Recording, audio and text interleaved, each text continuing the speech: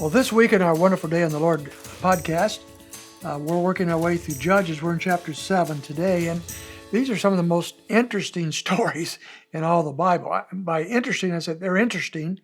These are stories that a lot of people know, even if they don't know much about the Bible. But they're also very concerning at times. Some really strange things happen.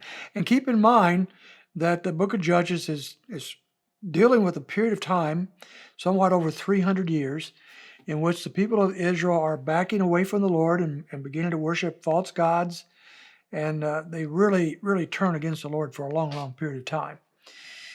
And the Lord is bringing judges, as it's called in the Bible here, our rulers or leaders, to try to bring the people back to Him. And so some of these stories are very, very ugly and tough, but this is what happened, and God is faithful to give this to us. We're looking at a guy named Gideon in chapter 7. Now, Gideon was an interesting fellow. He wasn't anything particularly prominent, but the Lord comes to him in chapter 7, and He is telling him to go and we looked the other day, last week, at his fleece. The Lord has already come to him and told him He wanted him to lead a charge against the Midianites and the Amalekites. And now this is fleshing out that battle. In chapter 7, verse 2 and 3, we find that Gideon has amassed an army of about 32,000 men to go against the Midianites. But the Lord says that's too many. He says in verse 2 that the people who are with you are too many for me to give Midian into your hands. For Israel would become boastful, saying, my own power has delivered me.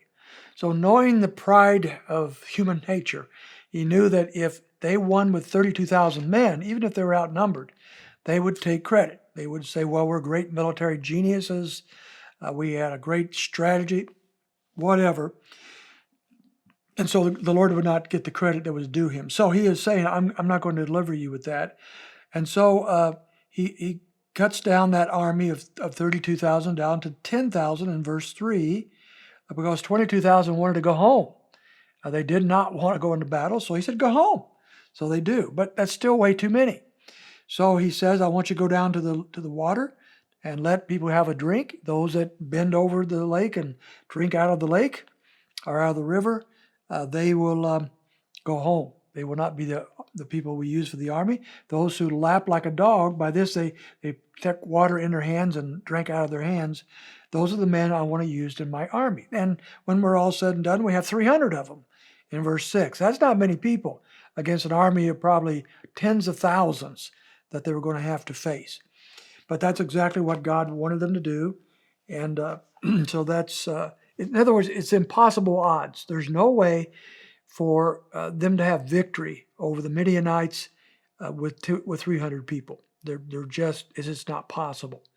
And so the Lord has them exactly where He wants them. And so he said, and also He gives them a strategy, a military strategy that nobody would have thought of. He says, I want you to take trumpets, and I want you to take, look at verse 19, for example, and I want you to take pitchers with torches in them. So the men were divided into 3 companies, and they were around the Midianites who were camped.